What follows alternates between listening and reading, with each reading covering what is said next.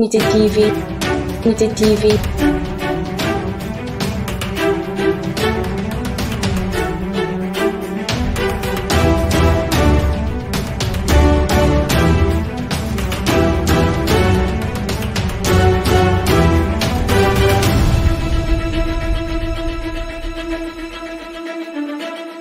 Nitte TV, Nitte TV. salaamaaleykum ami téléspectateurs yu ñuy seetaan ñu ngi leen di nuyu baax a baax di leen di jox seen wàccuwaay di leen di wax bu baax à chaque fois yéen a ngi ci seen télévision Nitte TV international tey nag ñu nekk ci seen émission jokkoo ak askan wi ñuy waxtaanee li nga xamante ne rek moom moo xew temps yi ci dëkk bi rawatina fi nga xamante ne moom moo di Sénégal muy violence bu metti bi nga xamante ne am na fi nga xamante ne moom moo di Sénégal rawatina fi nga xamante ne moom moo di Kër Massar ñu am nag comme invité du jour ki nga xamante ne moom moo di monsieur Sima Sonko nekk chef du nouveau cabinet maire monsieur Sima ñu ngi lay nuyu bàyyi la nga nuyoo teg téléspectateurs yi lay seetaan ci Nitte TV international. salaamaaleykum waa Nitte TV salaamaaleykum la population massaroise donc balaa may entamer samay propos rek xam naa ne ngeen may ma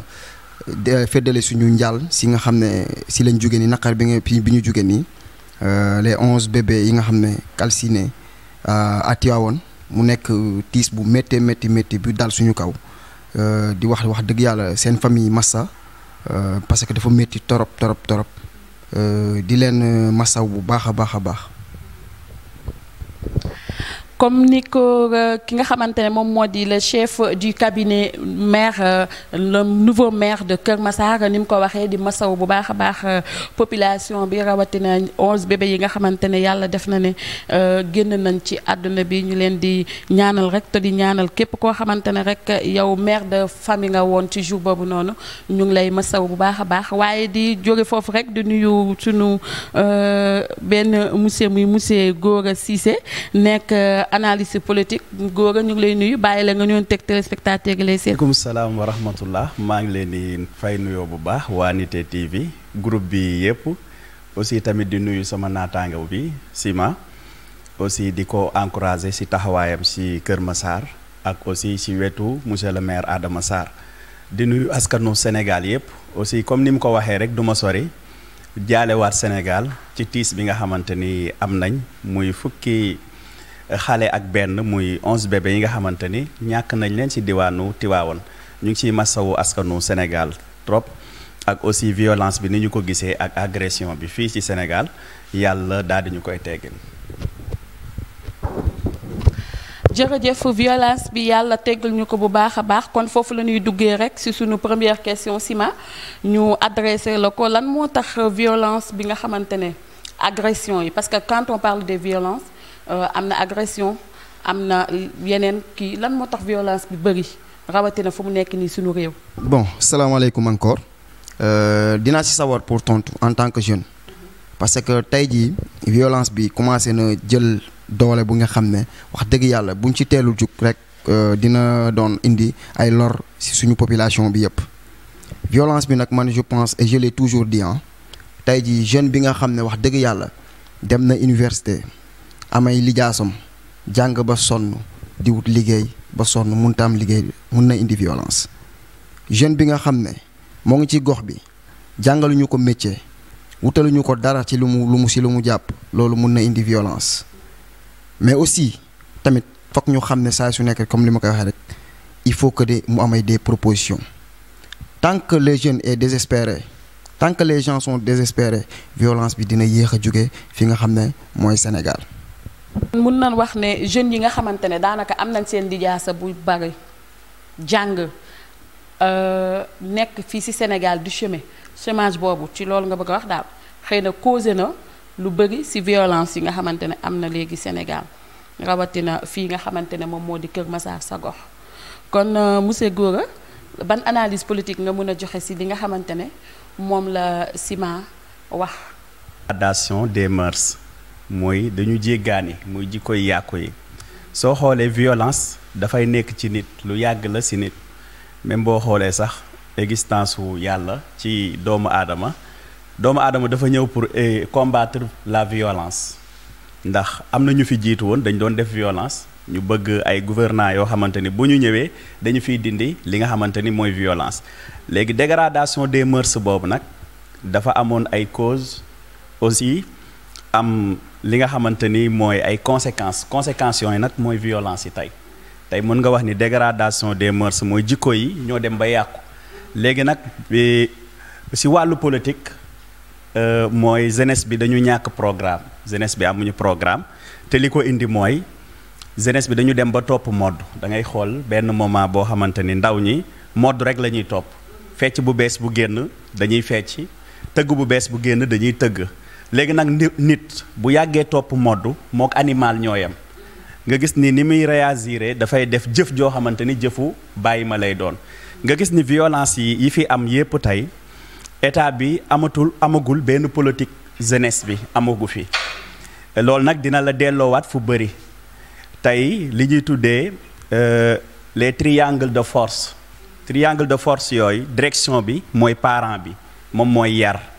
bu paree xale bi dafa war a am penc muy mbedd mi dafay influencer ci yar bi, aussi tamit école bi dafay yar. léegi nag politique yooyu bu dee état taxawu si ni mu ci war a taxawee da ngay gis ni dafay lajj. xale bi bu lajjee ci wàllu direction bi rek muy kër bi muy parent bi, nga gis ni parents yi bi ci njëkk ñoom ñoo waroon yar. rawatina tey yow jigéen nga,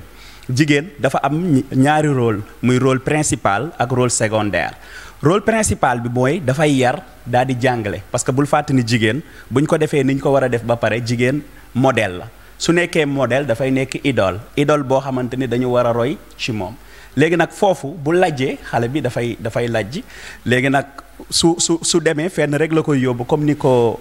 Sima waxee léegi, jeunesse bi bu ñu demee ba découragé ban phénomène moo njëkkoon am avant violence di am?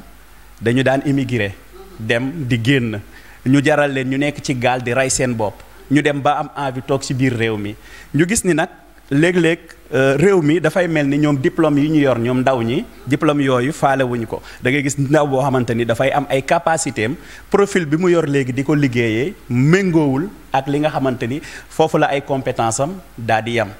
léegi nag loolu nag boo ko gisee feneen la koy yóbbu, day découragé, parce que nag li waroon tax ndaw bi du egg ci violence jàpp ni tey su ma soxlaa xaalis damay dem pour rey nit pour mën a am xaalis. léegi foofu inconscience mooy ñëw àndut ak conscience am. léegi nag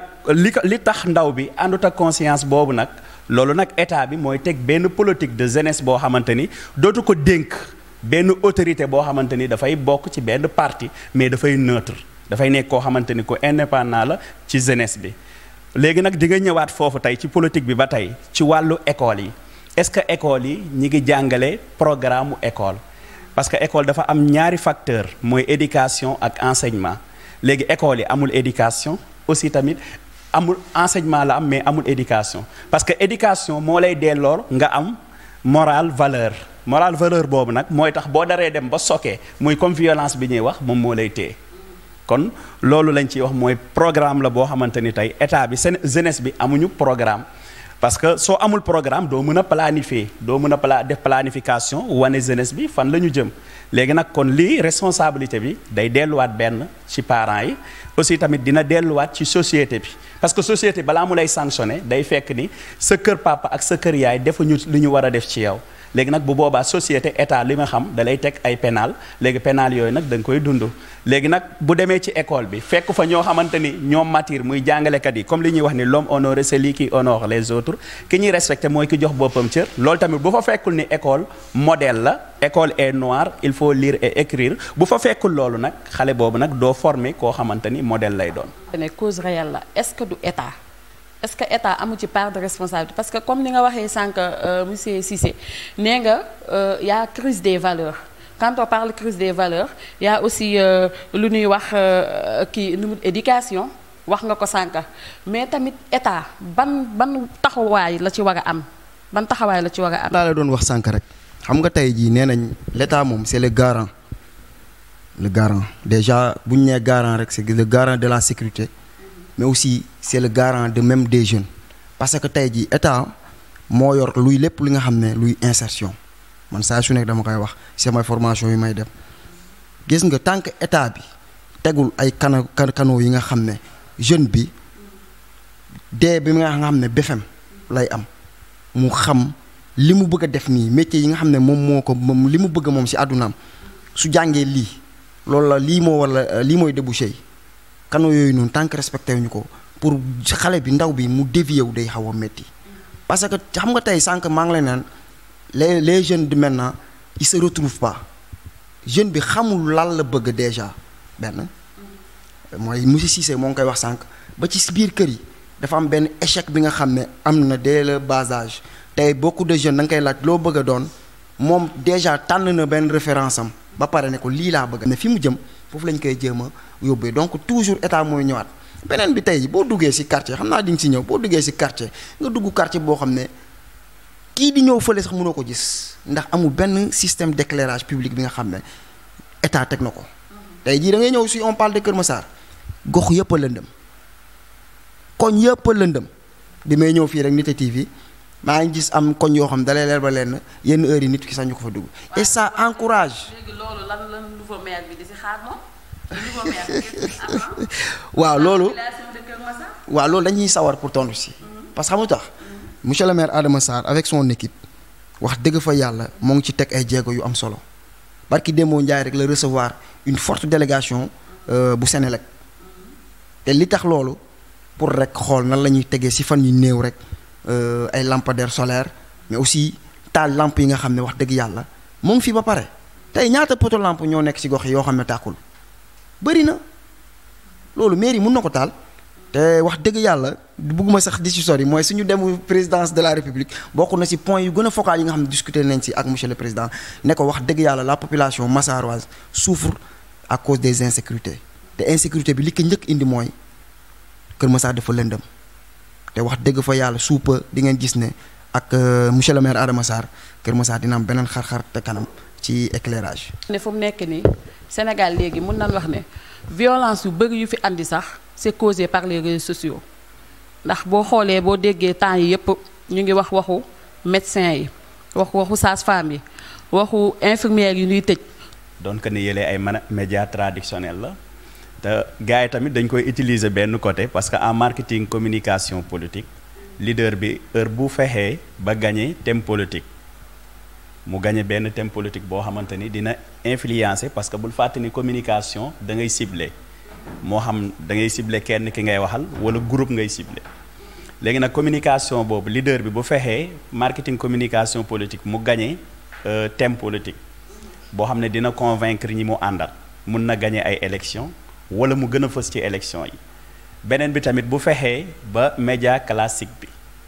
muy réseaux sociaux yi mu occupé ko dafay gagner li nga xamante ni mooy élection kon foofu mën nañ ko utiliser foofu kon jubluwaay bi ci wàllu cible ci wàllu communication baax na mais nag tey niñ koy defee dafa nekk loo xamante ni dafa yàqu léegi nag réforme la ñu war a def kan moo war a réforme mooy télécommunication la ñu war a xoolaat Sénégal ni muy doxee ndax métier mi tey dafa nekk métier boo xamante ni tey dafa yàqu parce que journaliste lu la tënk il faut informer juste et vrai da ngay wax dëgg ba pare aussi muy yem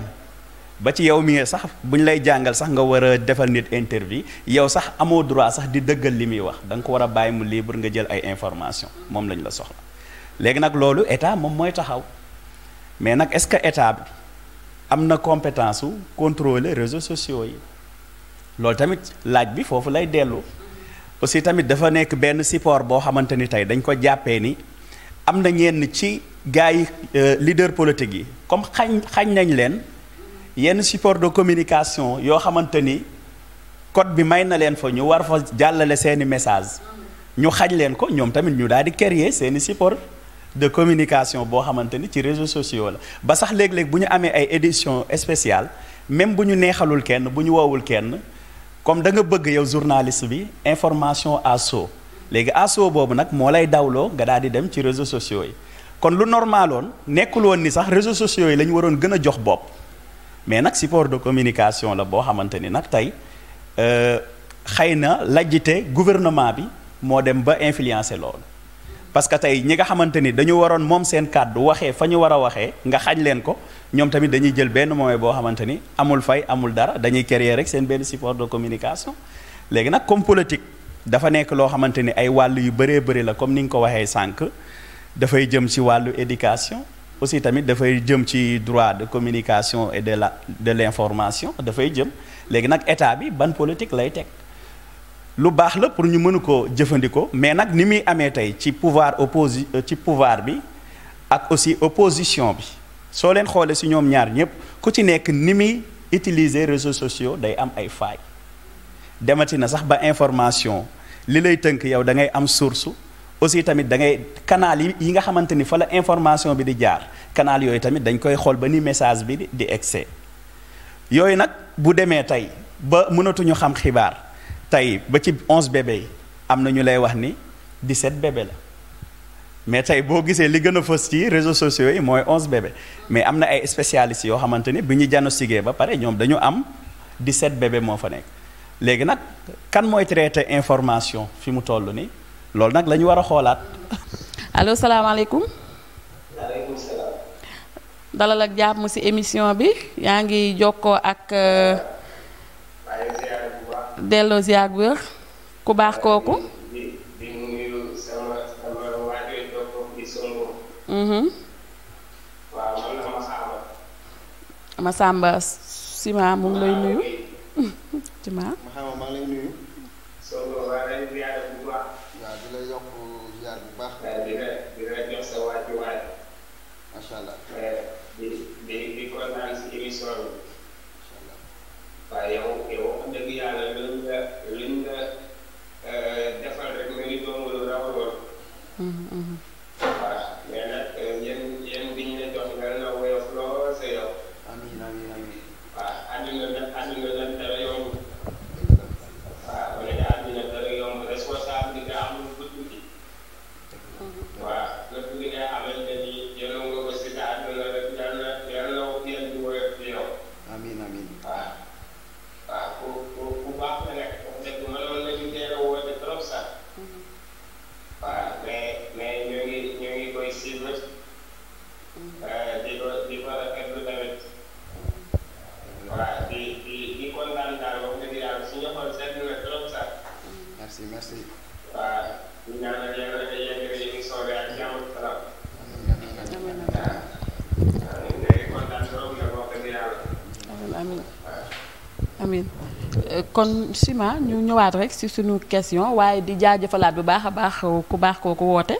ñu ngi koy nuyu bu baax a baax di ko jox wàccuwaayam bu baax a baax Sima comme ni ma la ko waxee sànq gis nañ ne pont wu Kër Massar bii nii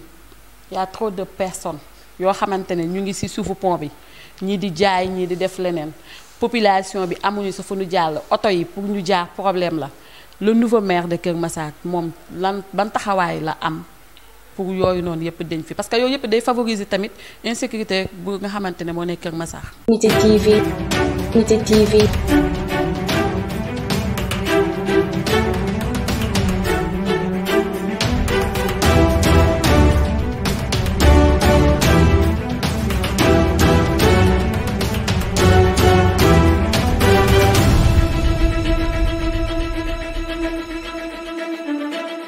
Unité TV. Unité TV.